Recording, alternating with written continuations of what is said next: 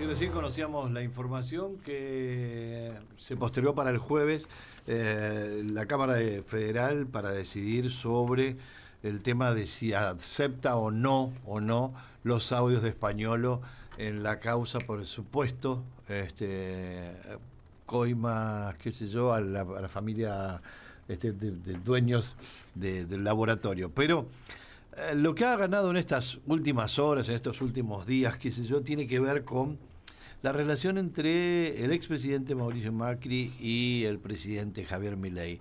Un conocedor de lo que es la política, las lecturas, las relaciones y las reacciones de las personas es el exministro de Cultura de la Nación, Pablo Velluto. ¿Cómo te va, Alfredo Josimaro? Te saluda, gracias por atendernos esta mañana en Radio del Plata. ¿Cómo estás, Pablo?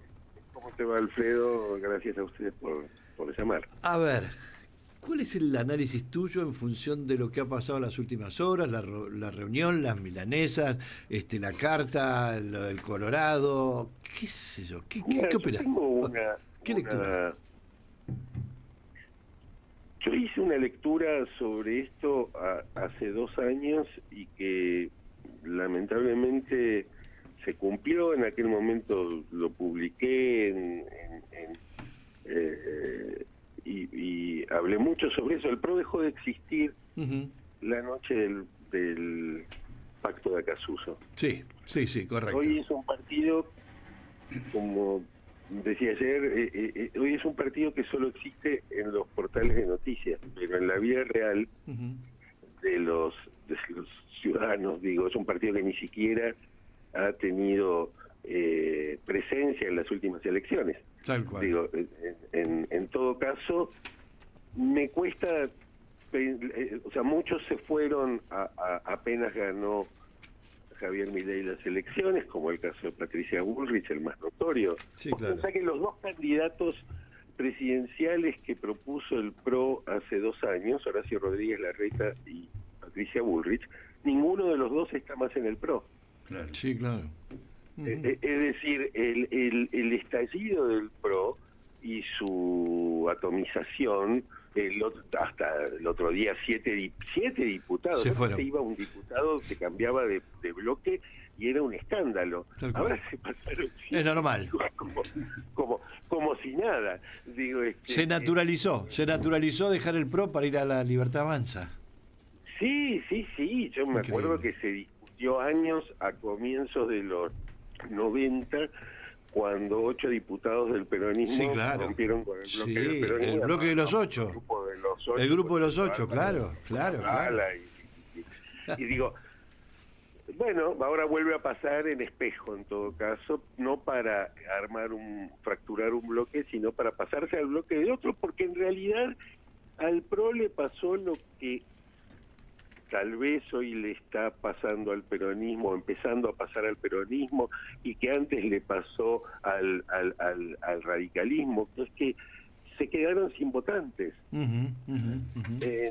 porque ya no representan o dejan de representar o no sintonizan con las demandas de la época, y a veces lo que encuentro es una espera que me recuerda las viejas esperas del Partido Comunista porque sigue la revolución socialista.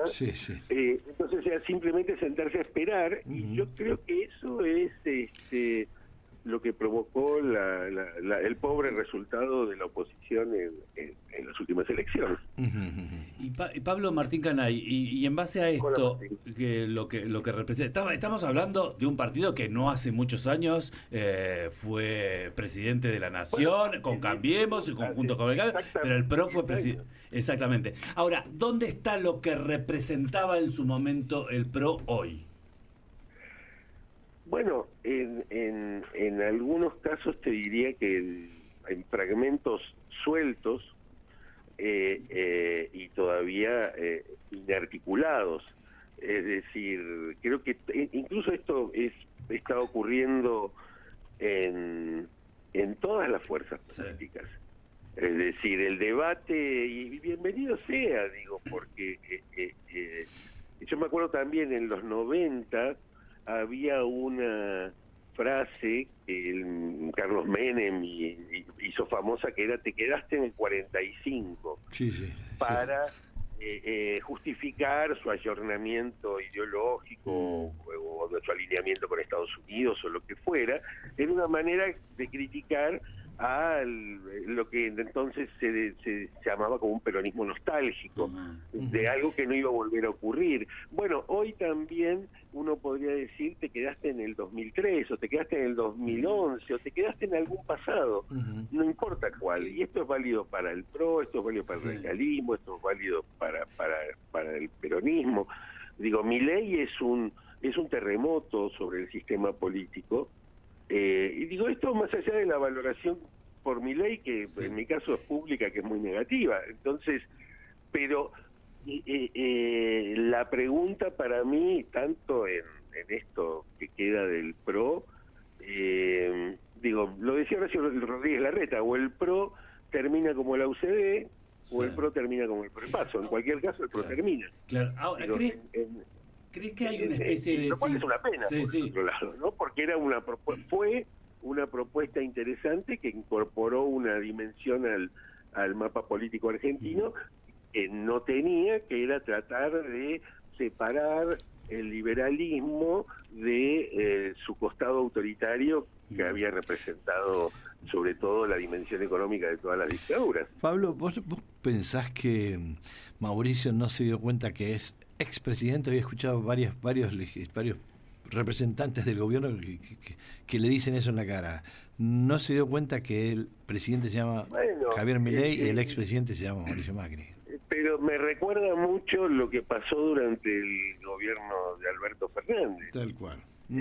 Con la vicepresidenta y expresidenta al mismo tiempo. Es decir, obviamente es cómodo trazar la analogía, pero seguramente hay diferencias. Pero sigamos con el camino de la analogía, y lo que vamos a ver es que los argentinos hemos tenido en nuestro sistema democrático un problemón con los expresidentes y con las sucesiones dentro de los movimientos, de los liderazgos y de los movimientos políticos, y de cómo sigue la historia, y el aferrarse a un poder que a veces, como en estos casos, evidentemente ya no tienen, porque la respuesta de lo que hoy se conoció en los medios sobre las conversaciones entre Diego Santilli y el presidente Milei, en ningún momento apareció Diego Santilli pidiendo la autorización a Macri para tomar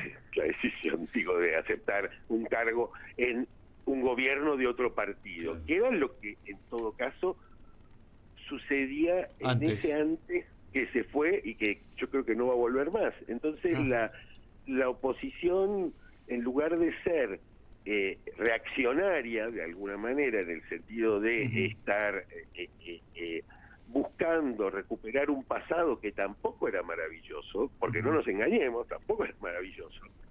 Esto es horrible, pero aquello estaba lejos de ser el paraíso. Y en esa dimensión es pensar todo de nuevo, promover nuevos liderazgos, encontrar un lugar en el corazón, en la memoria, en la historia para nuestros expresidentes, para que sean expresidentes, o sea, para que formen parte del pasado y no del presente, aunque su voz sea valorada por sus seguidores. Fue muy interesante leer en estos días las respuestas en las redes sociales al posteo de Cristina sobre las elecciones. Sí, la culpabilidad de Kicillof. Exactamente, y donde mucha gente real, de carne y hueso, decía: mira, Cristina, yo te adoro, te quiero, te respeto, fui feliz durante tu gobierno, pero me parece que tu tiempo ya pasó. Claro. Correcto. Y no son incompatibles ambas emociones. Y esto es válido también para el macrismo. Es decir, eso que que fue exitoso electoralmente, que se cansó de ganar elecciones en la Ciudad de Buenos Aires, que llegó a ganar una elección presidencial al peronismo, eso que hoy ya cumplió una década no tiene nada que ver con esto, con un gobierno que se va, con gente que se va encolumnando activamente detrás de un proyecto muy conservador, reaccionario, autoritario, que de liberal no tiene nada, que vive valorando cosas que a mí no me gustan y que al PRO no le gustaban. El problema es que no le gustaban cuando era oposición frente al peronismo, pero ahora como las oposiciones son otros, ya no le molestan. Es como este republicanismo intermitente, ¿no? Que cuando gobiernan unos me desgarro las vestiduras por los demás. Cuando gobiernan otros, bueno, hay que darle herramientas al presidente. De todos lados. Ahora, Pablo, este reacomodamiento que le pasa al radicalismo, le pasa al PRO, también le pasa al peronismo, ¿no crees que tiene un futuro de sinceramiento ideológico que en Argentina nunca pasó? Todas las alianzas tenían miembros de derecha, de izquierda o de progresistas, de centro, y ahora es como que se está acomodando en grupos la derecha no culposa, el progresismo, el centro. Bueno, ojalá suceda. Yo creo que de todos modos esto, como suele ocurrir con los movimientos políticos y como pasó también con Milei, va a venir de abajo hacia arriba. Digo, las estructuras políticas tal como las conocimos y lo vimos en estas elecciones representan poco a los argentinos en frente a un fenómeno contemporáneo como es el de Milei. Digo, eso es parte es un laburo que hay que hacer de aceptar dónde está la gente, qué es lo que está pensando. Digo, yo no creo que el 40% de argentinos sean fachos, autoritarios, les guste Milei. Ahora, lo que está claro que no les gusta es la oposición a Milei. Ahora, y eso es lo que hay que reconstruir o construir con una lógica muy diferente a la que conocimos hasta ahora, que fue la de la confrontación peronismo-antiperonismo. Y es porque ahora hay un jugador nuevo que está rodeado de peronistas o experonistas o peronistas más o menos, como Scioli o Diego Santilli, qué sé yo, lo cual también exige una redefinición, exige todo una... Digo, tampoco no quiero caer en el lugar común de la autocrítica, porque la autocrítica yo creo que cada uno la hace, digo, y no, pero sí de no negociarle, no cederle el rol reformista a Milei. La Argentina que nosotros queremos, nosotros los peronistas, nosotros los que no somos peronistas, nosotros los que estuvimos en el PRO pero nos fuimos del PRO cuando el PRO se alió a Milei, los radicales, y sobre todo un montón de gente que no es nada, porque otra cosa que descubrimos en esta elección es que vivimos adentro de un frasco que está dentro de otro frasco que está dentro de otro frasco y la gente está en otro lugar. Y esa factura la política la está pagando y genera esta sensación que tenemos muchos, tal vez ustedes la compartan, de que cuando aparece la política en la tele, en las redes, cambia uno. La política tradicional argentina, aparece algo que es anacrónico. Sí. Una última pregunta por mi lado. Pablo, ¿vos pensás que de acá al 27 puede generarse algo que vuelva a unir al PRO? ¿Puede haber algo que pueda unir a el peronismo? Ponerle los ismos que quieras incorporar. ¿Es factible generar un candidato de un lado y del otro? Porque he escuchado también que el PRO dice necesita el PRO un candidato para el 2027 y el peronismo, kirchnerismo, lo que provincias unidismo, todo lo que Dios quiera, dicen hay que ser un candidato nuevo. ¿Es factible hoy por hoy con el hartazgo de la gente? Yo creo que no, y el experimento de las últimas elecciones un poquito pareciera darme la razón. Yo creo que, yo tengo una hipótesis que por supuesto, como toda hipótesis, es absolutamente refutable y que es casi también una provocación al mismo tiempo, que es que el presidente que reemplace a Milei, ahora o dentro de 6 años, digo, cuando toque, va a ser tan disruptivo como lo fue el propio Milei.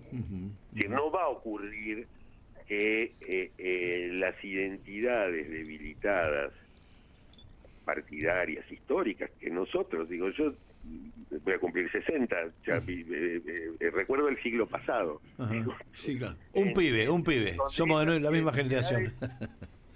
Donde esas identidades eran muy marcadas. Y hoy vivimos una sociedad mucho más fluida. Yo me pregunto si hasta personas que en las elecciones de septiembre en la provincia de Buenos Aires votaron a candidatos peronistas, en la elección nacional, un mes después no lo hicieron. Y votaron a otros, o no fueron a votar, digo, es muy capilar hoy el funcionamiento de la política. Entonces, las grandes corrientes ideológicas, partidarias, tradiciones, que seguramente seguirán siendo parte de las identidades de cada uno, porque son casi como clubes de fútbol en un punto. Pero lo que sí creo es que tiene que surgir algo nuevo. Como decían una vez, me acuerdo que hay una anécdota de Federico Storani que alguna vez me contaron, que no sé si será cierta o no, en algún aniversario del radicalismo, que es un partido muy orgulloso de tener uno de los más antiguos de la Argentina, no sé, cumplía 130 años del radicalismo, la Unión Cívica Radical, y decía, no necesariamente quien tiene 130 años puede llegar a tener 131. Sí, claro. Digo, las identidades son importantes, pero yo creo que hoy lo que va a venir después tienen que ser liderazgos nuevos. Tienen que ser, y la política tiene que formar parte de eso, pero es más amplio y debería ser más innovador que lo que hasta ahora hemos visto, que es la política aferrándose, digo, hay que parar a Milei. Un detalle yo que entiendo esa posición, porque estoy en contra de Milei, también entiendo que es insuficiente. La política es también sueño, emoción, empatía, muchas otras cosas que también entiendo que a la política les cuesta, ¿no? Digamos, tener el oído contra el suelo. Sí, Pablo, entendamos también que hace 2 años se incorporaron 1.700.000 nuevos pibes que votaron, y en esta elección 1.300.000 más, o sea, en 2 años se sumaron 3 millones de pibes para votar. Eso tenés un nivel pibes que nacieron cuando yo ya era un señor grande. Pero por eso, a eso voy, la lectura de 3 millones en 2 años. Y muchísimas veces lo vemos como planteas vos, la política desde la base, los centenarios, que los pibes están en otra. Y son 3 millones de votos. Bueno, y entender eso es difícil. Entender la sociedad que querés transformar. Digo, comprenderla, entender sus deseos, sus ambiciones, digo, porque tendemos, y es lógico, es un problema, ¿cómo decir?, humano. Tendemos el otro día yo hacía este ejercicio, digo, de las 100 personas que me rodean, no hay 40 que voten a Milei. No, claro. Tampoco había 30 que votaran al peronismo. En la sensación de que somos representativos de algo más que nosotros mismos, es a veces una tentación en la cual la política cae y termina hablándose a sí misma, hablándole al ombligo, al vacío, hablando en un lugar donde no hay audiencias, donde seguramente no hay jóvenes. Claro. Pero bueno, así estamos. Es un problemón, pero al mismo tiempo lo peor que podemos hacer es sentarnos a esperar a que, no sé, Besen se aburra de poner dólares en la Argentina, porque detrás de eso hay un descrédito de la acción política, digamos. Es como si y creo que el proceso que va a iniciarse después de estas elecciones que pasaron va a ser más ciudadano que proveniente de la política. Y en esos encuentros las identidades partidarias se importan poco. Porque nadie tiene en su... y me pasan conversaciones con gente con la que hemos estado muy enfrentados, nadie tiene en su certeza de que todo lo que hizo lo hizo bien. Entonces, cuando hay una conversación respetuosa, que es uno de los impactos sobre los que Milei ataca, que es el respeto democrático, cuando recuperás el respeto democrático y conversás con alguien que participó de otro gobierno, que participó de otra experiencia política, que viene de otra tradición partidaria, también está lleno de autocríticas y de cosas que le hubiera gustado hacer distinto, que piensa que se deberían haber hecho de otra manera, o que no se deberían haber hecho, que se deberían haber hecho en otro momento, errores propios del gobierno que integró. Digo, nadie lo hizo perfecto. Entonces, cuando recuperás esa conversación, también es más fácil encontrar anhelos comunes, proyectos comunes, ponerte de acuerdo, discutir civilizadamente aquello en lo que no estás de acuerdo. Digo, en el mundo en el que vivimos, eso es... o sos Viva la Libertad carajo, o sos Cuca. Bueno, este mundo es demasiado opaco y poco interesante. Pablo Belluto, ex ministro de Cultura de la Nación, ha sido muy gentil por atendernos esta mañana y ponernos tu punto de vista sobre la mesa para esclarecer lo que muchos consideramos que es un gran problemón para el corto, mediano y largo plazo en la República Argentina.